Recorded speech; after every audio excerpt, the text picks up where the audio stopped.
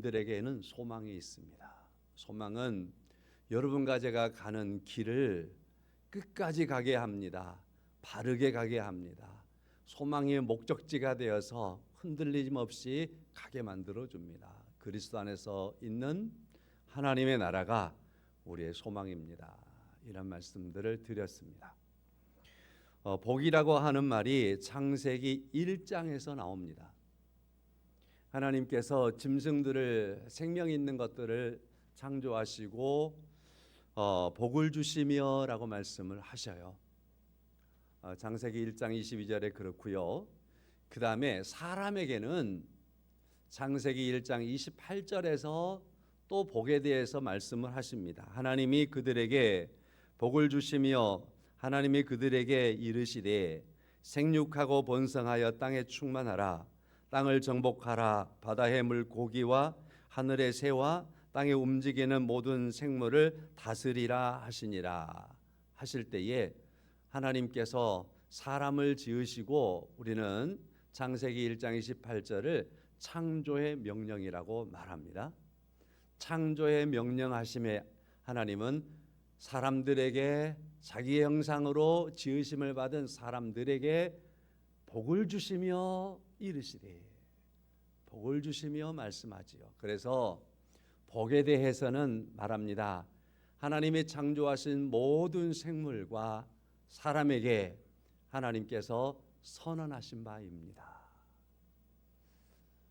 그래서 모든 이 땅에 있는 것은 근본적으로 하나님의 창조의 입장에서 보면 하나님이 복을 선언해 준 존재들입니다. 여러분과 저도 그래서 하나님께서 복을 주신 줄로 믿습니다. 복을 주셨어요. 복은 하나님께서 처음에 말씀하실 때 사람들을 구별하시고 이는 복이 아니고 이 사람은 복이고 그러한 하나님께서 갈라치기 하지 않았어요. 모든 사람에 대하여 하나님은 복을 선언해 주셨습니다. 우리 모두는 그래서 하나님의 복의 선언함을 받은 사람들입니다. 자, 그러니 이 복이라고 하는 것이 나와 상관없는 것이 아니고 하나님의 선언 아래서 내게 있는 것입니다. 심지어는 이 땅에 있는 모든 생명이 있는 것들은 다 하나님께서 복을 선언해 주신 바입니다. 그런데 이 복에 대하여서 하나님의 선언함과 더불어 짐승들에게 주어진 선언과 사람에게 주어진 선언은 차이점이 있다라는 것입니다. 그것은요, 사람에게 대해서는 하나님께서 자기의 형상대로 사람을 지으시고 그리고 하나님이 자기의 형상대로 지음을 받은 사람과 인격적인 관계를 맺으시면서 그 관계 속에서 하나님이 복을 선언해 주시는 겁니다. 하나님과 우리의 관계 속에서 하나님이 복을 선언해 주시는 것으로 말미암아 우리의 복은 하나님과의 관계 안에 있는 복입니다. 하나님과의 관계가 여러분과 저에게 항상 있습니다. 하나님은 그 관계를 하나님께서 결코 헐어버리지 않기를 원하시는 겁니다. 그래서 여러분과 저에게 하나님께서 하나님의 형상을 심어 놓으시고 그리고서 우리를 하나님께서 인격적인 관계 속에서 교제하시며 우리와 하나님께서 늘 함께 하시면서 우리에게 선언해 주었던 그 복이 하나님과의 관계 속에서 계속되어지기를 원하시고 우리가 그 복 가운데 살아가는 그런 삶을 살기를 하나님께서 원하시는 겁니다.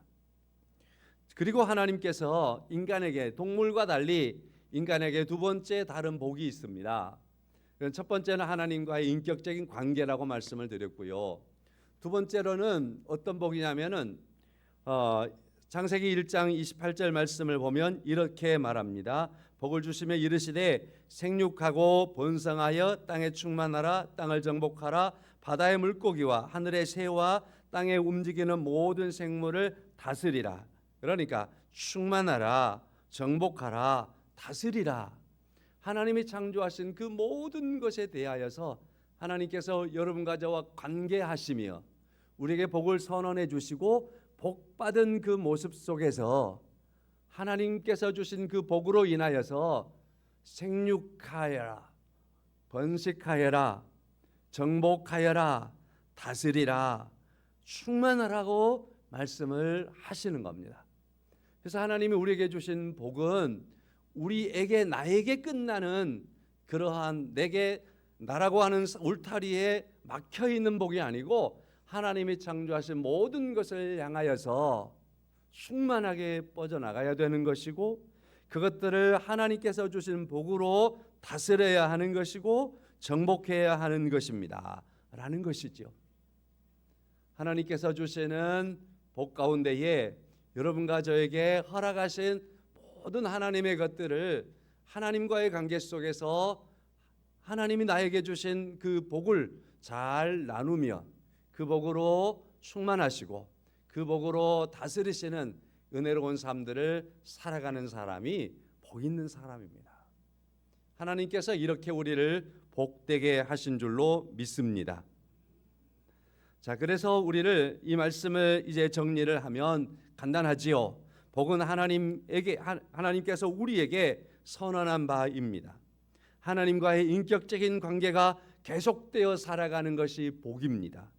그리고 그 관계 속에서 하나님이 창조하신 것들을 하나님께서 여러분과 저에게 대리적인 통치자가 되게 하셔서 충만하라 하셨고 정복하라 하셨고 다스리라 하신 바대로 하나님의 뜻대로 이것들을 다스리고 관리해 나갈 때에 그 사람을 가리켜 복이 있다 할 것입니다. 우리에게 이러한 복이 있음이 얼마나 감사한지요. 자, 그래서 우리에게 이 복은 하나님의 영광을 위한 삶이요, 하나님을 영화롭게 하는 삶이요, 영원토록 하나님을 즐거워하는 삶이라 할 것입니다. 하나님의 영광을 위한 삶이란 무엇일까 생각해 보시기 바랍니다. 예수 그리스도를 통해서 우리의 중보자가 되게 하시고 예수 그리스도가 우리에게 있는 모든 복을 회복하여 주신 줄로 믿습니다. 하나님께서 창조하시고 복을 주었는데 복을 선언해 주었는데 이 모든 것이 죄로 말미암아서 망가지고 파괴되었습니다. 사람들이 심지어는 내가 하나님으로부터 복을 선언받은 그러한 사람이라는 사실조차도 잊어버리고 그 존재성까지도 놓쳐버리고 살아가고 심지어는 나는 복이 없는 사람이야, 나는 저주받은 사람이야, 자기 인생을 저주하는 그러한 마당에 이를 수밖에 없는 사람들이 부지기수이지만 그러나 하나님께서 그러한 세대를 향하여서 예수 그리스도를 보내시고 그리스도를 통해서 하나님의 창조하신 그 목적을 다시 이루심으로 말미암아서 예수 안에 여러분과 저를 두셔서 다시 우리가 예수 안에서 하나님께서 내게 복을 선언하셨다. 하나님께서 나와 함께 하심으로 말미암아서 내가 주님과 함께하는 그러한 아름다운 모습 속에서 복된 하나님의 자녀된 삶을 오늘도 살아갈 수 있다라고 하는 그러한 믿음과 고백이 우리에게 있게 하였고 실제적으로 우리로 하여금 복된 자가 되게 하신 줄로 믿습니다. 다윗은요 시편 15편에서 이렇게 고백한 바가 있습니다.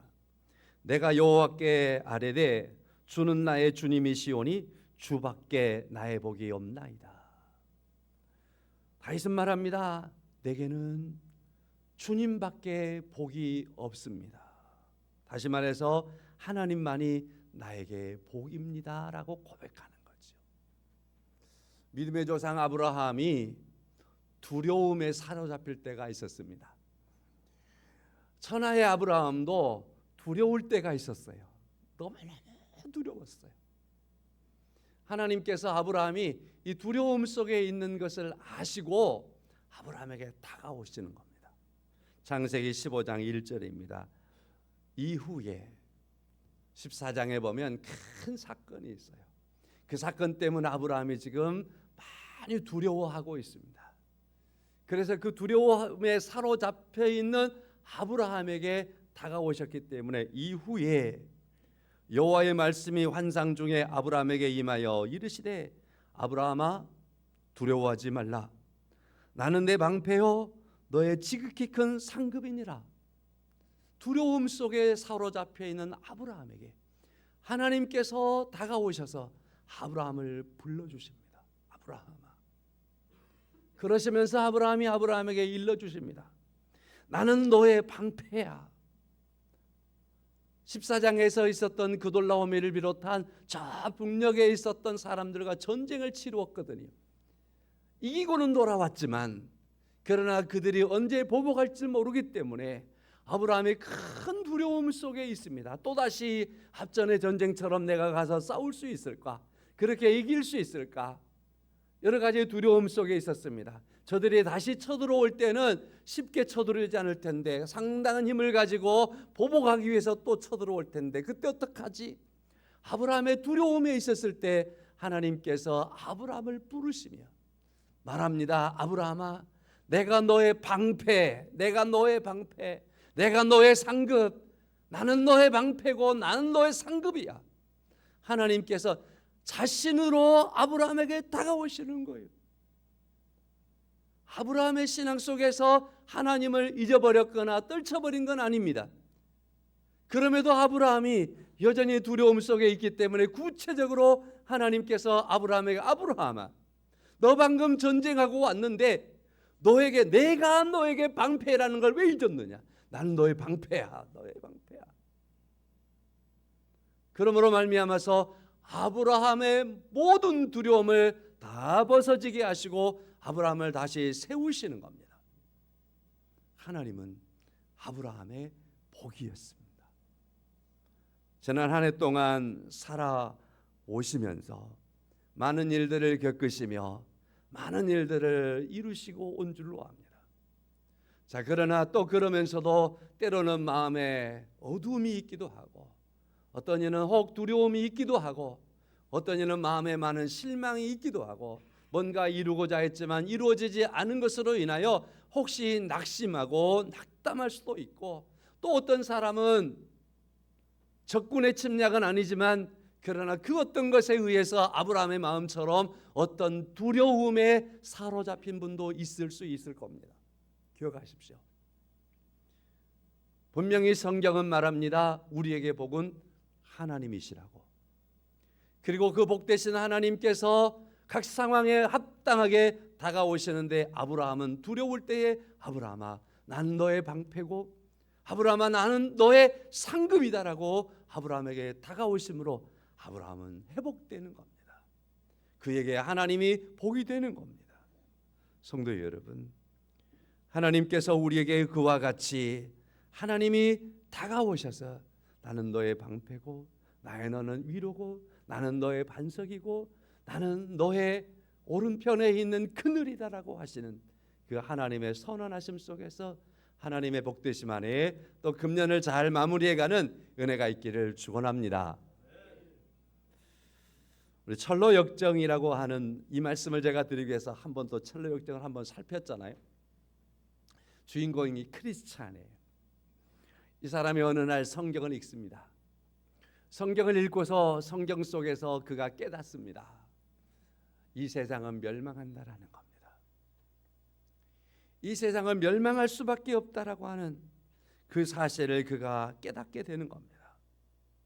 그래서 그가 그러면 어떻게 하나 성경을 통해서 또 깨닫습니다. 천성을 향해 가는 것이 옳은 길이라는 겁니다. 그래서 이 크리스찬이 천성을 향해서 길을 가기 시작하면서 이 철로역정이라고 하는 이 글이 시작이 되어지는 겁니다. 그가 길을 출발하면서 자녀들에게, 식구들에게, 이웃들에게 함께 가자라고 말합니다. 그러나 이 크리스찬을 향해서 너나 가라, 당신이나 가라, 아빠나 가라, 자식까지도 따라 나서지 않습니다. 그래도 그가 하나님의 말씀을 통해서 분명하게 깨닫는 것은 이 세상은 멸망한다라는 것이었습니다. 그래서 천성을 향해서 가는 발걸음을 옮기기 시작해서 가는 겁니다.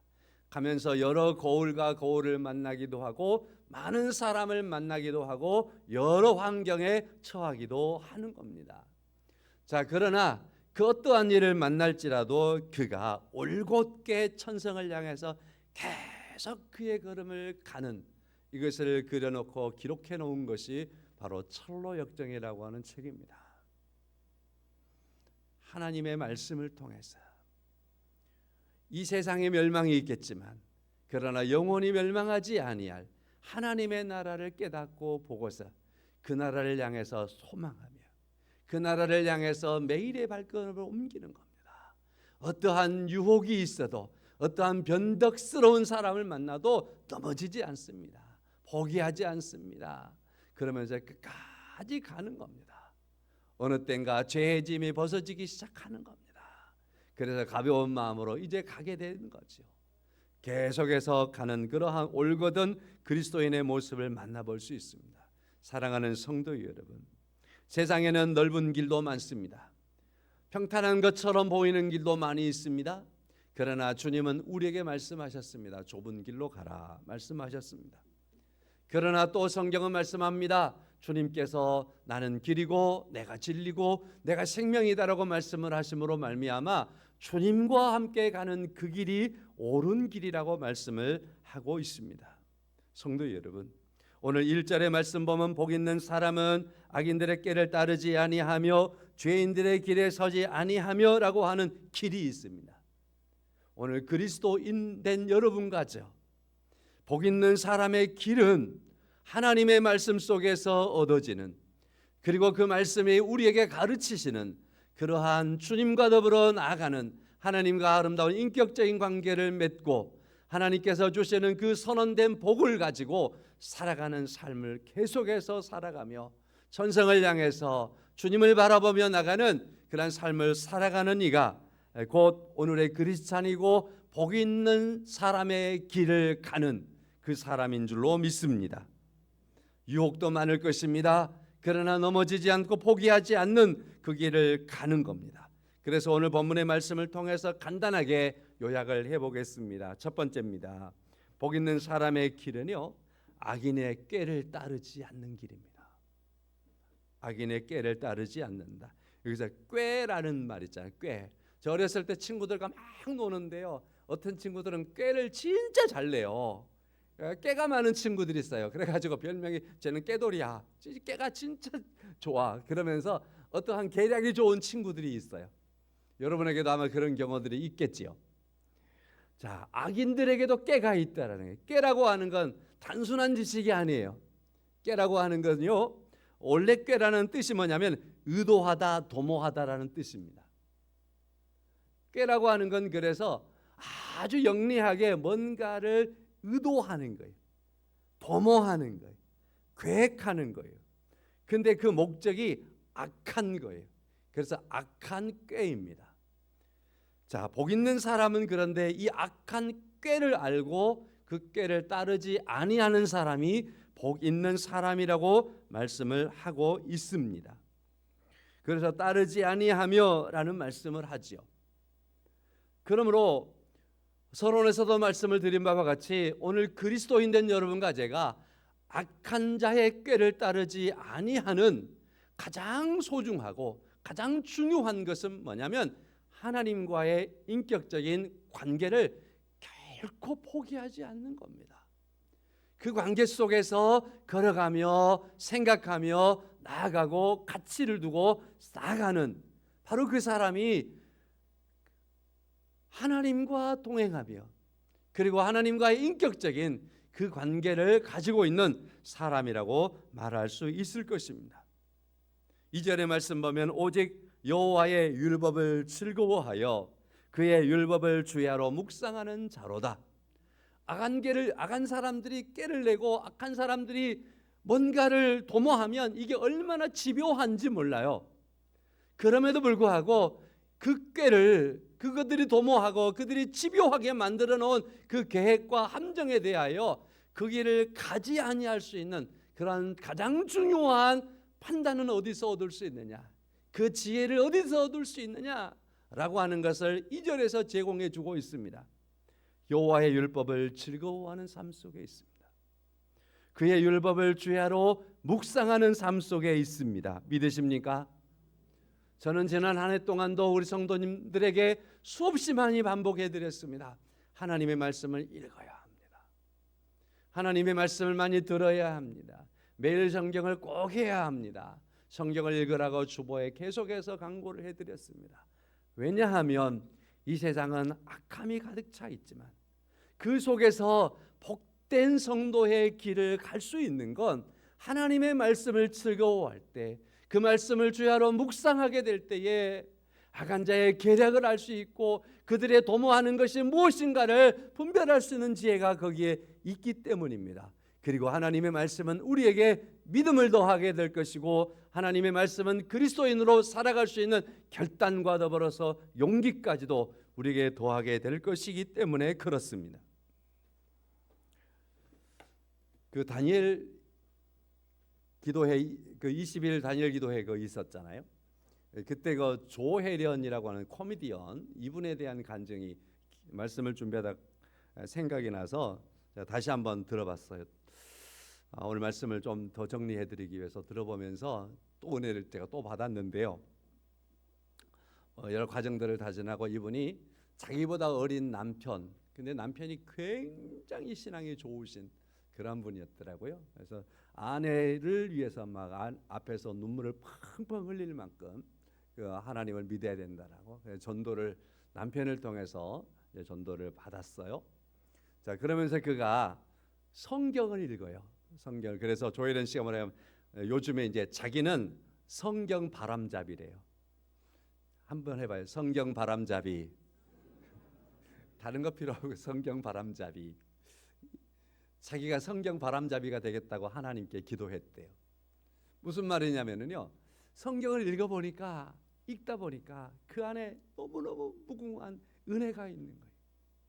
그래서 너무 늦게 성경을 읽게 된 게 너무나 아쉬워서 성경을 읽는데 깊숙이 빠져들었다는 거죠. 자, 그러면서 자기 혼자만 읽는 건 아까우니까 이 성경을 다른 사람들과 함께 읽자라고 하는 성경 읽기 그러한 일들을 하면서 카카오톡 방을 만들어서 성경을 읽는 걸 서로 나눈다는 거예요. 자, 그렇게 해서 성경을 읽기 시작을 했는데 2년 동안에 20번을 읽게 됐대요, 자신이. 얼마나 성경이 맛있게 이 사람에게 다가왔는가 아시겠죠? 다른 사람도 이 성경을 읽어야 된다라고 하는 사실이 얼마나 그게 강하게 다가왔는지 아시겠죠? 그래서 다른 사람들과 함께 카카오톡을 통해서 성경 읽기를 계속해서 나누었다라는 거예요. 읽었냐 확인하고 읽자 확인하고. 그러다 보니까 2년 동안에 20번을 읽었더래요. 자기 어머니가 쉽게 전도가 안 됐대요. 그러다가 77세 된 어머니가 교회를 다니게 됐대요. 그리고 나서 이제 어머니가 성경을 읽기 시작했대요. 성경을 읽기 시작하는데 성경을 얼마나 읽든지 하루에 10시간씩 읽더래요. 하루에 10시간씩 읽더니만 한 5년 됐는데 성경을 55일 만에 일독을 하더래요. 그리고 지금까지 56번을 읽었다라고 말하는 거예요. 그의 어머니가 성경을 읽는 이유를 너무 늦게 예수 믿어서 너무 아쉬우니까 그래서 성경을 많이 읽는다라고 말하더래요. 그래서 어머니의 입에서 이런 말이 튀어나오더래요. 성경 말씀이 하나님이다더라. 성경 말씀이 하나님이다더라. 성경 말씀이 하나님 말씀이다더라를 넘어서 성경 말씀이 하나님이다더라. 여러분과 제가 지금 들고 있는 이 성경이 하나님이다더라. 77세 된 할머니가 성경을 읽으면서 그 성경을 통해서 이게 하나님의 말씀이다더라를 넘어서 이제는 하나님이다더라, 성경이 하나님이다더라, 그렇게 깨달음을 가졌으니 이분이 얼마나 성경을 읽겠어요, 그죠? 성도 여러분, 저는 이 간증을 어제 제가 한번 다 들어보면서 우리 성도님들에게 이런 말씀을 드려보고 싶었어요. 성경의 맛이 꿀맛 같기를 원합니다. 성경을 여러분과 제가 이와 같이 하나님의 말씀이다더라 이렇게 읽기도 하고, 심지어는 우리가 깨닫기를 성경은 하나님이다더라, 하나님으로 깨달아지는 그런 은혜가 우리 모두에게 있기를 축원합니다. 그렇잖아요.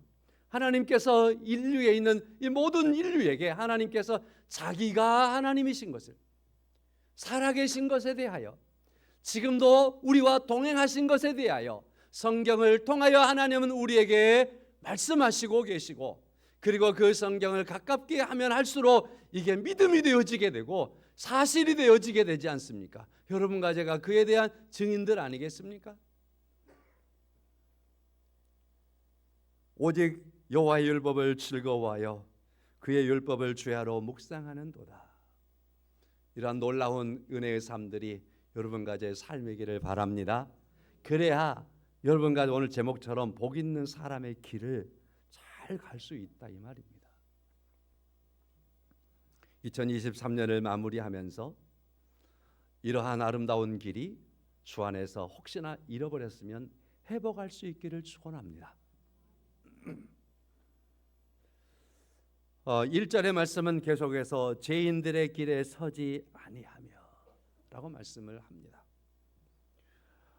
죄에 대한 적용이라는 글을 제가 읽어봤는데요, 짧은 글인데요, 죄에 대한 적용은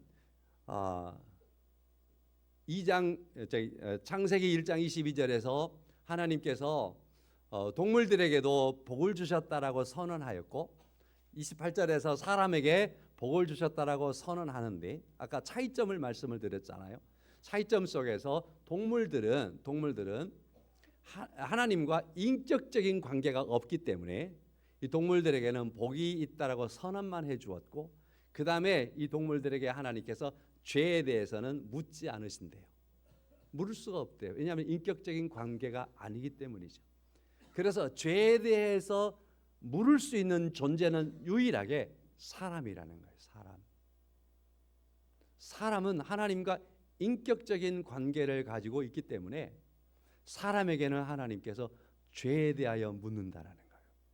그래서 짐승들을 향해서 죄 많은 짐승이라고는 말하지 않지만 오늘 1절의 중반에서 사람들을 향해서는 죄인이라고 하는 말을 하는 겁니다. 자, 그런데 이 죄인이라는 말이 모든 사람이 죄를 범하였다라고 하는 그러한 선언과 같이 여러분과 저에게도 그 죄와 관계없지 않다라는 사실입니다. 우리도 죄인이었다라는 사실이죠. 그러므로 하나님과 인격적인 관계 가운데에서 내가 죄인 되었다라는 사실, 그런데 이 죄가 오직 그리스도를 통해서 그리스도 안에서만이 해결이 되었다라는 사실입니다. 예수 그리스도 안에 서지 않고서는 우리가 죄인의 길에 서지 아니하며, 이 말씀처럼 죄인의 길에 서지 아니할 수 없습니다. 예수 그리스도와 함께하지 않는 한 죄인의 길에 설 수밖에 없고, 예수 그리스도와 함께 나아갈 때만이 죄인의 길에 서지 아니하는 그러한 삶을 살아갈 수 있습니다 하는 겁니다. 오만한 자의 자리에 앉지 아니하며, 시편 73편의 말씀 보면은요, 오만한 자는요 악하게 말하고요, 거만하게 말하고요, 자기들의 입을 하늘에 두고요, 얼마나 교만하든지 하늘의 소리를 자신들이 한다라는 거예요. 심지어는요, 이 사람들은요, 하나님이 어찌 알겠느냐라고 하면서요, 하나님의 계심, 하나님께서 전지전능하심에 대하여서 부정하기도 하고요, 하나님의 지존자의 그 지식이 어떻게 여기까지 있겠느냐 하면서 자기가 하는 그 어떤 일에 대해 하나님의 지식도 이룰 수 없다라고 말하며 자기의 지식을 뽐내고요, 높이고요, 최고의 자리에 놓는다라는 겁니다. 이게 바로 시편 73편 8절에서 11절의 말씀까지 보면 교만한 사람들의 성격에 대해서 말하면서 나옵니다. 심지어는요, 이사야 28장 15절의 말씀에서는요, 이들이 말하는 거죠. 재앙이 밀려올지라도 우리에게는 미치지 않을 거야. 교만한 사람들은요, 재앙, 내게 어떻게 재앙이 있을 수 있겠어? 하나님이 내게 재앙을 아니야. 그렇게 말한다라는 거지요. 심지어는 거짓말을 입버릇처럼 하고 다니면서도 거짓말을 자신들의 피난처로 생각한다라는 거예요. 여러분, 사람들에게 이런 건 많잖아요. TV 같은 데 보다 보면 어떤 사람들이 막 질문하는 그러한 어떠한 거 있잖아요. 정치적인 행위들 있잖아요. 그런 것들을 보면은 많은 사람들이 우리가 딱 보면 느끼잖아요. 거짓말로 대체해 나가는 것만, 떼어 나가는 것만 느낄 수도 있잖아요. 그들뿐만 아니라 혹시나 내게도 그런 습관이 혹시나 있다면 거짓말이 피난처가 되지 않아야 될 것입니다. 그렇도록 하기 위해서는 하나님의 말씀이 우리에게 매우 중요한 것입니다. 복 있는 사람은 하나님과의 관계를 형성하고 그 인격적인 관계 속에서 하나님께 뿌리를 내리고 하나님의 말씀에 양분을 섭취하고 믿음의 뿌리를 말씀에 깊이 박아서 살아가는 성도의 삶을 살 때에 여러분과 저에게 이런 열매가 있을 겁니다. 우리 3절 말씀 함께 읽어보겠습니다. 읽습니다. 시작. 그는 시냇가에 심은 나무가 철을 따라 열매를 맺으며 그 잎사귀가 마르지 아니함 같으니 그가 하는 모든 일이 다 형통하리로다. 아멘. 제 말씀을 마쳐보겠습니다. 성도 여러분, 어떤 사람이 일을 하다가 시계를 잃어버렸대요. 마침 시계가 톱밥에 떨어졌대요. 그래서 톱밥을 제끼면서 아무리 시계를 찾아도 시계를 찾을 수가 없었대요. 점심시간이 되어서 점심 먹고 와서 찾아야지 라고 점심 먹고 왔는데 그 톱밥에 어린아이 하나가 앉아서 놀고 있더래요. 보니까 그 아이의 손에 시계가 있는 거예요. 그 아이에게 묻는 거죠. 아야, 너 시계 어떻게 찾았냐? 물어보니까 아이가 말하는 거죠. 가만히 여기 앉아 있었는데요. 찰칵 찰칵 소리가 들려서요. 제껴보니까 거기 시계가 있었어요. 성도 여러분, 시계는 소리를 듣고 찾는다라는 겁니다. 여러분과 저에게 하나님의 말씀이 있습니다. 우리가 하나님을 찾아 나선다고 해서 찾는 건 아니죠. 그것은 우리의 공력으로 찾는 모습이기 때문에 그렇습니다. 하나님은 그의 말씀을 우리가 들을 때, 그 말씀을 묵상할 때, 하나님의 말씀에 귀를 기울일 때, 하나님의 말씀을 우리의 마음에 둘 때 여러분과 저에게 복 있는 사람의 모습을 깨닫게 할 줄로 믿습니다. 복 있는 사람의 길을 어떻게 가는가라고 하는 그 길이 깨달아지게 될 줄로 믿습니다. 하나님의 말씀 속에서 자기가 드러나시는 겁니다. 내가 말씀이다 라고 말씀하시는 겁니다. 제 말씀을 마칩니다. 성도 여러분, 오늘은요 12월 둘째 주일이고요. 둘째 주일은요 우리 대한민국 모든 교회가 성서주일로 지키는 날입니다. 하나님의 말씀 성경주일입니다. 성경주일, 여러분과 저에게 성경은 복 있는 사람의 길을 분명하게 선포하고 깨닫게 합니다. 오늘 말씀들을 깊이 생각하시면서 하나님의 말씀의 깊음을 깨달으시고 그 말씀과 혹시나 멀리하며 살았다면 오늘을 계기로 해서 또 한번 하나님의 말씀에 깊이 들어가는 은혜로운 삶이 회복되기를 주님의 이름으로 축원합니다. 우리 찬송하겠습니다. 찬송가 449장입니다. 예수 따라가며